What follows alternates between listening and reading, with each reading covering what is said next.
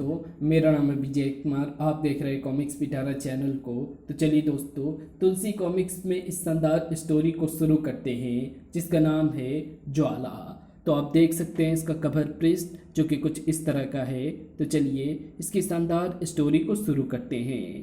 बरामदे की कई कई सीढ़ियाँ लांघते हुए प्रकाश ने हवा के तीव्र झोंके के समान कमरे में कदम रखा। भीतर पहुंचते ही पलट का दरवाजा बंद करता हुआ प्रकाश चिल्लाया, किरण, घर की सभी खिड़कियां दरवाजे बंद कर दो जल्दी। किसी अनजानी आशंका से घिर उठी किरण चिल्लाई, क्या बात है प्रकाश, तुम इतने घबराए हुए क्यों हो? इस समय कुछ मत पूछो, वे लोग किसी भी समय यहाँ पहुँच सकते हैं। ओह, वो खिड़की बंद करके वो पलटा तो उसका समस्त शरीर पसीने से लथपथ हो गया। किरण, कुछ लोग मेरी जान के दुश्मन बन गए हैं। क्या? कौन है वे लोग? यह है वो ऑडियो कैसेट जिसमें उन लोगों के नाम, पतों एवं काले कारनामों का कच्चा चिट्ठा कैद है। इसे जल्दी से कहीं छिपा दो किरण, हे भगवान। और उसी पल प्रकाश के दिमाग को एक तीव्र झटका लगा। दूसरे ही क्षण आतंक से भरा वो चिल्ला पड़ा, मुन्नी, किरण, मुन्नी कहाँ है? मुन्नी, वो तो गार्डन में अपने गुड्डे के साथ। हे भगवान, ये सुनते ही उसके होश उड़ गए। आनंद फानंद में ही वो दरवाजा खोलकर गार्डन की तरफ लपका। मुन्नी, मुन्नी, ठहरिए, आपकी जान को खतरा है। लेकिन गार्डन में पहुंचते ही दोनों जड़बत रह गए। मुन्नी, नहीं, और फिर नहीं। अरे हत्यारों, कमीनों, मेरी मासूम मुन्नी ने तुम्हारा क्या बिगाड़ा था? मुझे मेरी बेटी वापस ला दो, मुन्नी। तभी, बेटी तो तुम्हारी अब वापस नहीं आ सकती, लेकिन अगर अपने रिपोर्टर पति की जान बचाना चाहती हो तो उससे कहो कि वो कैसेट हमें सौंप दे। नहीं। हथियारों की परवाह न करते हुए एकाएक प्रकाश उन पर टूट पड़ा। कमीनों, हत्यारों, मैं तुम्हें कैसेट नहीं, मौत दूंगा। प्रकाश का आक्रमण इतनी जल्दी हुआ कि चारों को कुछ सोचने समझने का मौका तक न मिला। उफ! प्रकाश ने उनमें से एक की गर्दन दबोच ली। कुत्ते, जान से मार डालूंगा मैं तुझे। आ, लेकिन शीघ्र ही आ, आ, नहीं, प्रकाश। प्रकाश का खून होते देख किरण भूखी शेरनी की तरह चाकू वाले पर झपट पड़ी। कमीने, मैं तुझे नहीं छोड़ूंगी। आ! दर्द से बिलबिलाकर किरण धड़ाम से जमीन पर गिर पड़ी। सब गड़बड़ हो गया, भागो। आ! हत्यारों के एक कार में बैठकर ओझल होते ही खून, खून, पकड़ो, खून हो गया। पुलिस की एक जीप दंदनाती हुई वहां आ पहुंची। फिर, सर, ये औरत अभी जीवित है। ओह, इसे फौरन अस्पताल पहुंचाना होगा। इधर ये खबर सुनकर उन चारों के होश उड़ गए। प्रदीप, वो औरत बच गई है। ये अच्छा नहीं हुआ मदन, वो औरत हमें पहचानती है। सुजीत, तारिक, तारिक, तुम्हें उस औरत पर नजर रखनी है और मौका मिलते ही उसे ठिकाने लगाना है। Okay dear Madan. प्रदीप, तुम आज रात मेरे साथ प्रकाश के घर उस कैसेट की तलाश में चलोगे। मुझे लगता है वो कैसेट अभी पुलिस को नहीं मिली होगी। ओके। सीआईडी इंस्पेक्टर सूरज और उसकी सहायिका रैना दोनों अपने एक बीमार मित्र को देखने के बाद वापस लौट रहे थे कि तभी अचानक, नहीं, मुझे छोड़ दो, मुझसे मेरी मुन्नी को मत छीनो। अभी दोनों में से कोई समझा भी नहीं था कि अचानक कमरे से निकलकर किरण उनसे आ टकराई। उफ! नहीं, मेरी मुन्नी को मुझसे मत छीनो। और क्राइम ब्रांच के इंस्पेक्टर देव को देखकर सूरज उछल पड़ा। अरे इंस्पेक्टर देव, तुम? हाँ सूरज, इस औरत किरण के रिपोर्टर पति प्रकाश की हत्या हो गई है। इसकी बच्ची को भी मार दिया गया है। इसी वजह से शायद यह औरत पागल हो गई है। मुझे छोड़ दो, घर जाने दो मुझे। ओह, प्रकाश, हत्यारों का कोई सुराग मिला? अभी नहीं, लेकिन किरण ने अवश्य हत्यारों को देखा है और तुम इसकी हालत देख ही रहे हो। ये मेरी मुन्नी है, मेरी लाडली बिटिया। चलो तारिक, अब इसे खत्म करने की कोई ज़रूरत नहीं है। वाह, ये तो बिल्कुल पागल हो गई है। उधर सूरज और नैना, नैना, ना जाने क्यों मेरा दिल किरण के पति एवं बच्ची के हत्यारों को खोजकर कानून के हवाले करने को कर रहा है। मैं इस केस को व्यक्तिगत रूप से हल करूंगा। मैं भी यही चाहती हूँ। किरण की हालत देखकर मेरा दिल भी उन हत्यारों के प्रति नफरत से भर गया है। फिर इस केस की शुरुआत में मैं प्रकाश और उसकी बच्ची की हत्या के कारणों का पता लगाने से करूंगा। मुझे लगता है कि प्रकाश के रिपोर्टर दोस्तों से इस बारे में काफ़ी जानकारी मिल सकेगी। और फिर हिंदी दैनिक भारती के दफ्तर में आप प्रकाश को जानते हैं? यहाँ उसे कौन नहीं जानता। आजकल वो किसी गुप्त केस पर लगा हुआ था। उसका कहना था कि जिस दिन वो कामयाब हो गया उस दिन कई सफ़ेदपोश अमीरों के चेहरे से नकाब उतर जाएंगे। लेकिन क्या आप ये नहीं जानते कि वो किन लोगों के पीछे लगा हुआ था? जी नहीं, जब तक प्रकाश केस के न्यूज़ ना तैयार कर लेता था। जी नहीं, जब तक प्रकाश केस की न्यूज़ ना तैयार कर लेता था वो अपने संपादक को भी उस विषय में नहीं बताता था। फिर दोनों बाहर आ गए। यहाँ से कोई खास जानकारी हासिल नहीं हुई। मेरे ख्याल में आज रात हम प्रकाश के घर जाकर उसके कमरे की तलाशी लेते हूँ। उसी रात सावधानी से नैना, पाइप पर फिसलन है, मेरी पकड़ इतनी कच्ची नहीं है, तुम अपना ख्याल रखना। पेंसिल टॉर्च जला लो। अब हमें प्रकाश का वो कमरा ढूंढना होगा जहां बैठकर वो न्यूज़ तैयार करता था। ना जाने क्यों मेरा दिल घबराने लगा है। घबराओ नहीं, शायद वो हो पर घबराओ नहीं, शायद वो हो प्रकाश का स्टडी रूम। देखो यहीं कहीं होगा वो कैसेट, ढूंढो। कैसेट मिलना बहुत ज़रूरी है। अगर वो कैसेट पुलिस या किसी और के हाथ लग गई तो बेड़ा गर्क हुआ समझो। भीतर से आते स्वरों को सुनकर दोनों बुरी तरह से चौंक पड़े। अंदर कुछ लोग मौजूद हैं। ये अवश्य ही कातिल या कातिल के साथी हैं। टॉर्च बंद करो बेवकूफ़ लड़की। ओह, लेकिन तब तक देर हो चुकी थी। ये रोशनी कैसी चमकी थी प्रदीप? रोशनी? हाँ, चमकी तो थी। कुछ गड़बड़ है। निकलो यहाँ से। बाहर बाहर स्वागत किया सूरज और नैना ने। आओ आओ प्यारे काले करनामों, जरा इस रोशनी की चमक भी तो देखते जाओ। खतरा भापते ही प्रदीप ने टॉर्च सूरज पर खींच मारी। भागो मदन। तड़ाक। ओके। नैना ने अंधेरे में ही उस स्थान पर छलांग लगा दी जहां प्रदीप खड़ा था। अब मैं तुझे बचकर नहीं जाने दूंगी जंगली चूहे। ठक। अरे हाय, क्या कर रही हो नैना? ये मैं हूँ सूरज। सूरज? अरे एकाएक कार के इंजन का स्वर सुनकर दोनों खिड़की के निकट पहुंचे। दोनों निकल गए। आई एम सॉरी सूरज, मैं तुम्हें वो समझी थी। कुछ भी हो, आज मुझे पता चला कि तुम्हारी किक में कितना वजन है। मजाक छोड़ो सूरज, हम जिस काम के लिए आए थे वो अभी अधूरा है। अब उस कैसेट को हमें पता लगाना होगा जिसकी तलाश में वे लोग आए थे। और मुझे पूरा यकीन है कि कैसेट के विषय में किरण भी कुछ ना कुछ अवश्य जानती होगी। फिर वहाँ तलाशी के दौरान उन्हें ऐसी कोई वस्तु ना मिली जो यहाँ उल्लेखनीय हो। हॉस्पिटल पहुंचते ही उन्हें एक झटका और लगा। किरण रात हॉस्पिटल से भाग गई है। Oh no. और फिर एक दोपहर मदन के फ्लैट पर। कौन हो सकता है? Hello, Madan speaking. कौन? तेरी मौत कमीने। उधर से आते एक स्त्री के स्वर को सुनकर उछल पड़ा मदन। अगले ही पल उसका स्वर सख्त हो उठा। ये क्या बदतमीजी है? कौन हो तुम? मुझे ज्वाला कहते हैं कुत्ते। अपनी बच्ची से जीवित मिलना चाहते हो तो ठीक रात के 12 बजे पिन हिल की अंडरग्राउंड पार्किंग में अकेले पहुंच जाना। मेरी बच्ची? क्या बकती हो? वो तो स्कूल गई है, अब मेरे पास है। याद रखना, आज रात ठीक 12 बजे अकेले, वरना खटाक। Hello hello hello. उधर सूरज और नैना। लीजिए मिस्टर सूरज, होलिये के अनुसार मैंने ये पेंसिल स्केच तैयार किए हैं। ओह, अगर ये तस्वीर उन व्यक्तियों से मेल खा गई तो हमें उनका पता लगाते देर ना लगेगी। सूरज ने तस्वीरें देखने आरंभ की। नहीं, वो ऐसा नहीं था। यस, एक ऐसा ही था। और दूसरा? वाह, you are great mister Pankaj. आपने मेरे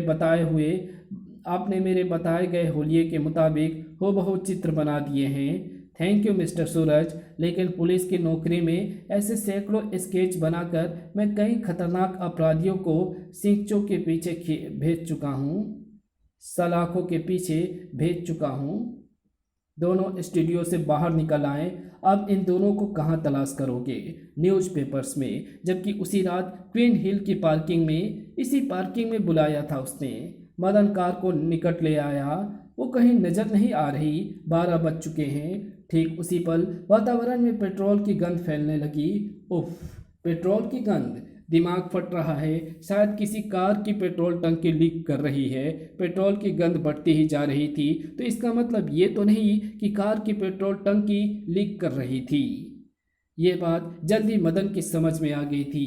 अरे, ये पेट्रोल कहाँ से बहकर आ रहा है? उफ! ठीक उसी पल मुख्य द्वार पर नजर आई एक ठहाका लगाती स्त्री की परछाई। सर्द मौसम में भी मदन का जिस्म पसीने से नहा उठा। कौन हो तुम? ज्वाला, तेरी मौत कमीने! ये सुनते ही मदन चिल्लाया, मेरी बच्ची कहाँ है कमीनी? सुरक्षित तुम्हारे घर। मेरे सीने की ममता अभी मरी नहीं है। हरामजादे, भले ही तूने मेरी मेरी मेरी मुन्नी को खत्म कर दिया, लेकिन तेरी मासूम बच्ची की जान नहीं ले सकी मैं। लेकिन हाँ, तुझे जीवित नहीं छोड़ूंगी। अपने पति मुन्नी की हत्या का भयानक बदला लूंगी मैं। किरण को पहचानते ही मदन ने रिवॉल्वर निकालना चाहा। नहीं मदन, तुम्हें रिवॉल्वर निकालकर फायर करने में कुछ सेकंड तो लगेंगे ही, और मुझे ये मसाला फर्श पर छुआने में एक पल भी नहीं लगेगा। मौत के भय से थर थर कांपता मदन गिड़गिड़ा उठा। नहीं, तुम ऐसा नहीं कर सकती। मुझे माफ कर दो किरण। अब तो बहुत देर हो चुकी है कुत्ते। किरण ने मसाल फर्श पर फेंक दी। भक! नहीं, नहीं। किरण शटर बंद करने लगी। मदन पागलों की तरह शटर की ओर लपका। नहीं, रुक जाओ, मुझे जाने दो। आग की गर्मी पाकर कारों की पेट्रोल टंकियां फटने लगी। बड़ाम धड़ाम, जबकि चीखता हुआ मदन शटर के नीचे रेंग गया। नहीं, रुको, रुक जाओ, शटर खोलो। किरण हैंडल को अंतिम चक्कर दे चुकी थी। परिणाम स्वरूप शटर पूरा बंद हो गया। और नहीं, मुझे बचा लो प्लीज, शटर खोलो किरण, मैं जल रहा हूँ। जिस आग में मैं जल रही हूँ हत्यारे, उस आग की जलन इस आग से कहीं अधिक है। किरण जाने के लिए मुड़ गई। नहीं, मुझे इस हालत में छोड़कर मत जाओ, मुझे बचा लो, मैं तुम्हें दौलत से तोल दूंगा। ओह! अगले दिन वो सामने भीड़ कैसी है सूरज? मैं ज्योतिषी होता तो अवश्य बता देता। चल कर देखते हैं। और उसकी सूरत देखते ही दोनों उछल पड़े। ये तो वही है मदन जिसकी हमें तलाश थी। ये सुरक्षा मंत्रालय में विशिष्ट पद पर था, लेकिन उसकी ये हालत किसने की होगी? शायद इसके दूसरे साथी प्रदीप से पता चल सके। उसे जल्द ही तलाश करना होगा नैना। उधर प्रदीप अपनी कोठी पर।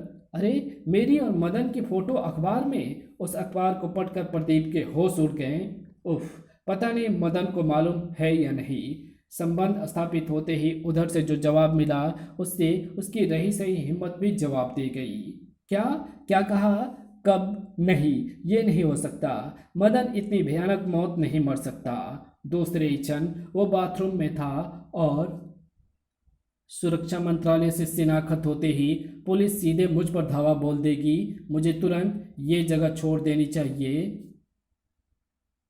और वहाँ दर्पण पे लिखा हुआ था, मदन के बाद आज तेरी मौत का दिन है, ज्वाला। अचानक वो बुरी तरह से उछल पड़ा। ये क्या लिखा है? जरूर किसी नौकर ने शैतानी की है। हरिया, दीनू, शंकर, ये सब क्या है? लेकिन उसके चीखने चिल्लाने का कोई असर नहीं पड़ा। कमाल है, सब नौकर कहाँ मर गए? कोई यहाँ नहीं आएगा कुत्ते। इस नए स्वर को सुनकर बुरी तरह से उछल पड़ा प्रदीप। कौन हो तुम? आइए। आईने पर वाक्य नहीं पढ़ा तूने? मैं तेरी मौत हूँ कमीने। अपने पति एवं मासूम बच्ची की हत्या का बदला लेने आई हूँ मैं। तुम? ओह, तो तुमने ही मदन की हत्या की है। मगर अच्छा हुआ जो तुम सीधे यहाँ चली आई। अब तुम मेरे हाथों से बच ना सकोगी। प्रदीप के हाथ में रिवॉल्वर देखते ही किरण ठहाका मारकर दीवार की ओट में चली गई।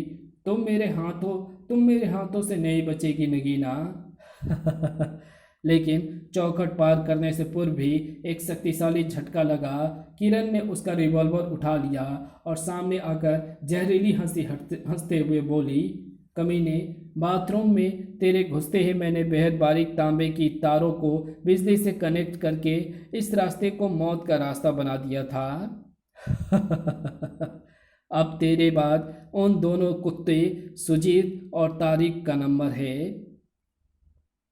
इस घटना के ठीक 15 मिनट बाद पुलिस जीप और सूरज नैना की कार प्रदीप की कोठी पर पहुंचकर रुकी। इंस्पेक्टर, अगर प्रदीप ने अभी तक न्यूज़पेपर नहीं पढ़ा होगा तो वो यहीं गिरफ्तार होगा। कोठी को घेर लो और भीतर पहुंचते ही, हे भगवान, प्रदीप का भी कत्ल कर दिया गया।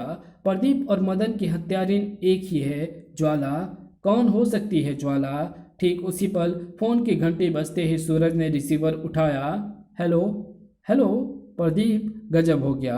प्रदीप, मदन का कत्ल हो गया है और तुम्हारी तस्वीर अखबार में छप चुकी है। तुम फौरन यह शहर छोड़ दो। ठीक है, किसका फ़ोन था? लेकिन कुछ कहने के बजाय सूरज ने तुरंत एक्सचेंज का नंबर घुमाया। हेलो ऑपरेटर, अभी इस नंबर पर फ़ोन यहाँ से किया गया था। हेलो ऑपरेटर, अभी इस नंबर पर फ़ोन कहाँ से किया गया था? इंस्पेक्टर, तुम उधर संभालो और मैं उसे देखता हूँ जो शायद इनका तीसरा साथी है। उधर तारीख। सब गड़बड़ हो गई। सुजीत से मौजूदा हालात के बारे में राय लेनी होगी। उसका टेलीफोन नंबर इसी डायरी में था। हाँ, ये रहा 31252। फिर इससे पहले कि वो चौथा नंबर डायल कर पाता, फोन का रिसीवर रख दे हत्यारे। कौन? ज्वाला, तेरी मौत। न न न न, कोई हरकत नहीं। रिवॉल्वर में पूरी 6 गोलियां हैं और ये तुम्हारे दोस्त प्रदीप का ही है। तो तुम क्या क्या चाहती हो? तुम चाहती तो तुम्हारे टुकड़े टुकड़े करना है कुत्ते। पहचान मुझे, उसी रिपोर्टर प्रकाश की बीवी हूँ मैं, जिसकी हंसती बोलती दुनिया में आग लगा दी तुमने। तो तुम मुझे माफ़ कर दो। देखो, गोली मत चलाना वरना तुम भी फांसी चढ़ जाओगी। फांसी तो मैं चढ़ चुकी हूँ कमीने, लेकिन मरूंगी तब जब तुम्हें रसातल में मिला दूंगी। नहीं, मुझे माफ़ कर दो। तुम चाहो तो मैं तुम्हें अपनी सारी दौलत देने को तैयार हूँ, पर मेरा एक एक क्षण बहुत कीमती है कमीने। चल बढ़ उस खिड़की की तरफ। खिड़की? क्यों? अगर मेरे 3 गिनने तक तू खिड़की से नीचे नहीं कूदा तो इस रिवॉल्वर की सारी गोलियां मैं तेरे सीने में उतार दूंगी। नहीं, ऐसा मत करो प्लीज़, मैं मर जाऊंगा, मुझे बख्श दो। एकाएक चीते की सी फुर्ती दिखाई तारिक ने। मैं मरना नहीं चाहता। कमीने, धाएं। चल जल्दी कर, खिड़की से नीचे कूद जा। हो सकता है नीचे कूद कर तो बच जाए, लेकिन इन गोलियों से तेरे बचने का कोई चांस नहीं है। 1, कूदता हूँ। 2, नहीं ठहरो, मैं कूदता हूँ नीचे। हे भगवान, तू तो मुझ पर दया करना। मैं आखिरी बात कह रहा हूँ। मैं इसी वक्त अपनी जमीन जायदाद दौलत तुम्हारे नाम। 3। अरे शायद इसने आत्महत्या कर ली। च च च च, बेचारा बुरी मौत मरा। यहाँ पहुँचने में भी हमने शायद देर कर दी है। लगता है ज्वाला यहाँ भी अपना काम कर गई है। चलो फिर भी इसके फ्लैट को चेक करते हैं। सूरज, कहीं ये ज्वाला किरण तो नहीं जो अस्पताल से गायब होकर अपने पति एवं बच्चों की हत्याओं का बदला ले रही है? तुम्हारा अनुमान सत्य है। ना जाने अभी वो कितने कत्ल और करेगी। उसे रोकना होगा सूरज, वो पागल हो गई है। दोनों तारिक के फ्लैट में डायरी पर रखा ये पेपर वेट रिसीवर की अवस्था बता रही है कि मरने से पूर्व तारिक किसी सुजीत का नंबर मिला रहा था। अगर सुजीत भी उस हत्याकांड में शामिल था तो ज्वाला अब उसे समाप्त करने की चेष्टा करेगी। कुछ देर बाद अब उसे और खून बहाने से रोकना होगा। फ़ोन नंबर की मदद से हमें सुजीत का एड्रेस भी तुरंत मिल सकता है। उधर सुजीत, ये लो रोमी, बड़ी मुश्किल से सुरक्षा मंत्रालय की सीक्रेट फाइल की कॉपी करा सका हूँ। और सुनो, अब कुछ दिन हमें अपनी गतिविधियाँ रोकनी होगी, खतरा बढ़ गया है। ओके, संभालो फाइल की कीमत। ठीक तभी गद्दार आप अपने इन्हीं पापों को छिपाने के लिए तूने मेरा घर बर्बाद कर दिया। आज मैं तुम्हें जिंदा नहीं छोड़ूंगी। तुम ओह, तुम हमारे बारे में बहुत कुछ जान गई हो। हाँ कमीने, हाँ। प्रकाश ने वो कैसेट पहले मुझे सौंप दी थी। उस कैसेट से तुम्हारे काले कारनामे मुझे बताए। मदन, प्रदीप, तारिक, सुजीत, देश के गद्दार, फौजी रहस्य, दुश्मनों को बेचने वाले सौदागर। इस कैसेट के दूसरी ओर दुश्मनों से सौदे की एक पूरी रिकॉर्डिंग। और प्रकाश की बदकिस्मती की रिकॉर्डिंग करते समय उसने हमें देख लिया। चीख पड़ी ज्वाला। हंस मत कुत्ते, हंस मत। शायद तेरे उन तीनों दोस्तों की मौत की खबर अभी नहीं मिली है तुझे, वरना इस समय तुम मुझसे जिंदगी की भीख मांग रहा होता। क्या तुमने उन तीनों को मार डाला? एकाएक सुजीत ने ब्रीफकेस किरण पर फेंका। धड़ाक। उफ। रोमी ने तुरंत रिवॉल्वर निकालकर गोली चला दी। शाबाश रोमी, अब भागो यहाँ से। धाएं। लेकिन दोनों ने जैसे ही दरवाजा खोला, तुम दोनों गद्दार इतनी आसानी से बचकर नहीं भाग सकते। किरण, अचानक रोमी ने फायर कर दिया। धाएं। और फिर करता ही चला गया। क्लिक। सुजीत ने अपना रिवॉल्वर निकाला ही था कि अब तुम दोनों यहीं मरोगे। ये गुलदस्ता। तड़ाक। इसके बाद सूरज और नैना कहर बनकर दोनों पर टूट पड़े। ठीक उसी पल, रुक जाओ वरना गोली चला दूंगी। किरण को देखकर सूरज हड़बड़ाकर चीखा। नहीं, गोली मत चलाना। इन्हें अब कानून सजा देगा। कानून ही सजा देगा, मगर ज्वाला का। आज मेरा बदला पूरा। मैं आ रही हूँ स्वामी, मेरी बच्ची। किरण, और कमरे में बिछी हुई लाशों को देखता हुआ कह उठा सूरज। नैना, दरअसल बदले की भावना भी कई जुर्मों को जन्म देती है। अगर किरण वो कैसेट पुलिस को सौंप देती तो हत्यारे, देश के गद्दार कानून के हाथों से कभी ना बच पाते। काश इंसान अपने भीतर से बदले की भावना निकाल पाता। और इसी के साथ ये कहानी यहीं समाप्त होती है। तो आपको ये कहानी कैसी लगी? अगर आपको ये कहानी अच्छी लगी हो तो इस वीडियो को लाइक शेयर कमेंट ज़रूर कर देना।